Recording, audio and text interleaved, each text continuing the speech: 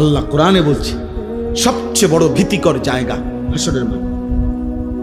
হাসরের মাঠ, হাসরের মাঠ। ১৬ লক্ষ আম্বিয়া দিন রাত কেঁদেছেন হাসরের মাঠের ভয়ে।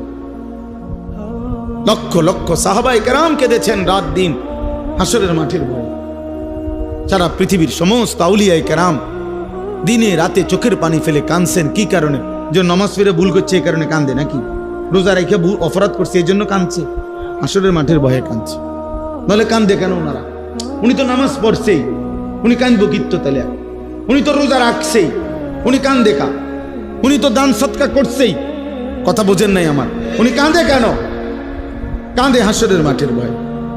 হাসরের মাঠের ভয়ে যাহা যদি আল্লাহ প্রত্যাখ্যান করে, যদি আল্লাহ গ্রহণ না করে, যদি আল্লাহর কাছে কবুল না হয় তো কি হবে?